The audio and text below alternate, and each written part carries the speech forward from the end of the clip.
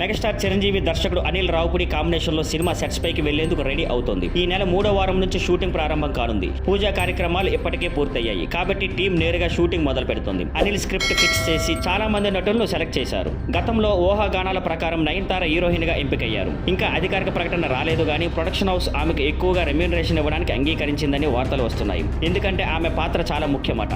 Catherine Tresa రెండో heroine గా కుదిరింది. ఇక్కడ ఒక ఇంట్రెస్టింగ్ ఫ్లాష్ బ్యాక్ ఉంది. క్యాథరిన్ 2017లో చిరుతో పనిచేసే అవకాశం దక్కించుకుంది. వివి వినాయక్ డైరెక్ట్ చేసిన ఖైదీ నెంబర్ 150లో మొదట ఆమెనే ఎంపిక చేశారు. కానీ చిరు కూతురు సుస్మిత కొన్ని క్రియేటివ్ డిఫరెన్స్ల వల్ల ఆమెను బహిష్కరించి కాజల్ను తీసుకున్నారని అప్పట్లో రూమర్స్ వచ్చాయి. కానీ అప్పుడు ఇరువైపులా ఎలాంటి క్లారిటీ రాలేదు. 9 ఏళ్ల తర్వాత క్యాథరిన్ తిరిగి చిరుతో పనిచేసే అవకాశం దక్కించుకుంది. రెండో హీరోయిన్ అయినా కనీసం 1-2 పాటల్లో చిరుతో కనిపిస్తుందని టాక్ ఉంది. ఇంకా సినిమా కథను చాలా గోప్యతగా ఉంచుతున్నారు. Anil Ravipudi gang leader, rowdy అల్లుడు, గరానా మొగుడు లాంటి వింటేజ్ ఫన్ మళ్ళీ తెస్తాడని టాక్. వెంకటేష్ కూడా సినిమాలో ఉన్నారని వినిపిస్తున్న ఆ విషయాన్ని ఇంకా రహస్యంగానే ఉంచుతున్నారు. ప్రస్తుతం టీం ప్రమోషన్స్ ప్లాన్ గా రోల్ అవుట్ చేయాలనుకుంటుంది. కానీ కొన్ని లీక్స్ వాళ్లకు టెన్షన్ పెడుతున్నాయి. ఈ సినిమా సంక్రాంతి 2026 గ్రాండ్ గా రిలీజ్ చేయాలనే ఆలోచనలో ఉన్నారు. Thank you for watching. Please like, share and subscribe.